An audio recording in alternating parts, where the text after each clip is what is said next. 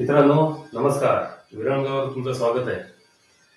तर व्हिडिओ करण्याचं एक महत्त्वाचं कारण म्हणजे सकाळी सकाळीच न्यूज येऊन थडकलेली आहे की देशात जे पहिले 29 कामगार कायदे होते, तर ते 29 कामगार कायदे रद्द करून 4च महत्त्वाचे लेबर ॲक्ट म्हणजे कामगार कायदे आता अस्तित्वात असणार आहेत. या नोव्हेंबरपासून त्याची अंमलबजावणी आता सुरू झालेली आहे. तर हे काय कायदे आहेत? खरं तर 2020लाच त्याला मंजुरी मिळालेली होती. प्रस्ताव खरं तर मांडला होता, पण आता त्याला मंजुरी मिळून ते कायदे आता अंमलात आलेले आहेत. तर हे नवीन कायदे काय असणार आहेत, त्यांच्या तरतुदी काय असणार आहेत, थोडक्यात आपण बघूया या व्हिडिओच्या माध्यमातून.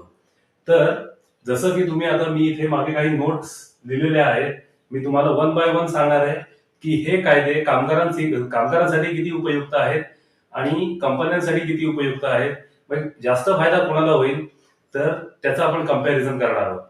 पहिली महत्वाची जी गोष्ट आहे ती म्हणजे ही सगळ्यात महत्वाची गोष्ट आहे की याआधी आपण झोमॅटोवरून किंवा वेगवेगळ्या साईट्सवरून काही ई कॉमर्स साईट्सवरून ज्या आपण वस्तू मागवत होतो, तर जे डिलिव्हरी पर्सन होते, तर ते डिलिव्हरी पर्सन वर्कर या कॅटेगरीमध्ये येत नव्हते. पण नवीन या कायद्यानुसार त्यांना आता वर्कर म्हणून मान्यता मिळालेली आहे. आणि सगळ्यात महत्वाची आणखीन एक गोष्ट आहे की ग्रॅच्युइटी जी आहे, ग्रॅच्युइटी आता या लोकांना सुद्धा मिळणार आहे आणि फिक्स टर्म जे वर्कर्स आहेत त्यांना सुद्धा ग्रॅच्युइटी मिळणार आहे. तर सगळ्यात महत्वाची जी थिंग आहे ती ही आहे की डिलिव्हरी पर्सन्स आता वर्कर म्हणून त्यांना आता मान्यता मिळालेली आहे.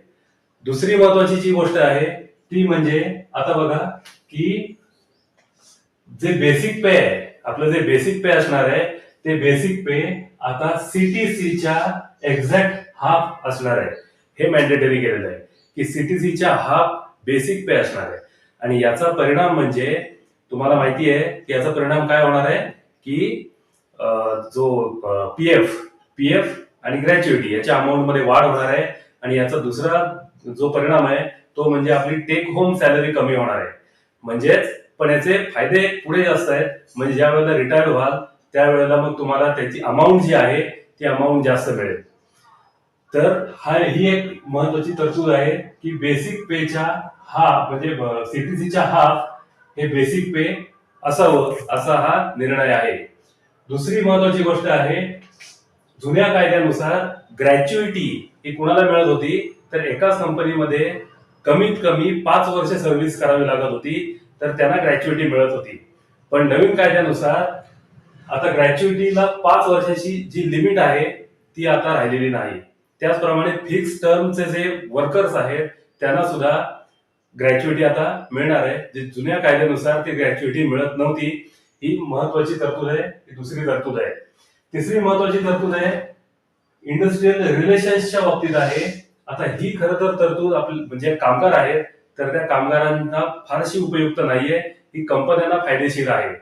पहिलं, जर ले ऑफ करायचं असेल, तुम्हाला माहितीये मोठ्या मोठ्या कंपन्या जर ले ऑफ करतात, तर जर ले ऑफ करायचं असेल तर ज्या पूर्वी जुन्या कायद्यानुसार जर एखाद्या कंपनीमध्ये 100 वर्कर असतील किंवा 100 वर्किंग पर्सन्स असतील, तर 100 पेक्षा वर जर असतील किंवा 100 पेक्षा वर जर असतील, तर त्यांना जर ले ऑफ करायचं असेल तर त्यांना सरकारची परवानगी घ्यावी लागत होती. पण नवीन कायद्यानुसार आता ही मर्यादा 100 वरून डायरेक्ट 300 केलेली आहे. म्हणजे जर का 300च्या आतमध्ये जर वर्कर्स असतील तर त्यांना ले ऑफ करण्यासाठी कोणत्याही प्रकारची परवानगी लागणार नाही. ते सहज ले ऑफ करू शकतात. म्हणजे ही जी तरतूद आहे ती वर्करच्या दृष्टीने खूपच म्हणजे उपयुक्त नाहीये, फायदेशीर नाहीये, नुकसानदायक आहे. आणि ही कंपन्यांसाठी फायदेशीर आहे. तर ही महत्वाची आणखीन एक तरतूद आहे जी इंडस्ट्रियल रिलेशन्स ऍक्टच्या अंतर्गत आलेली आहे.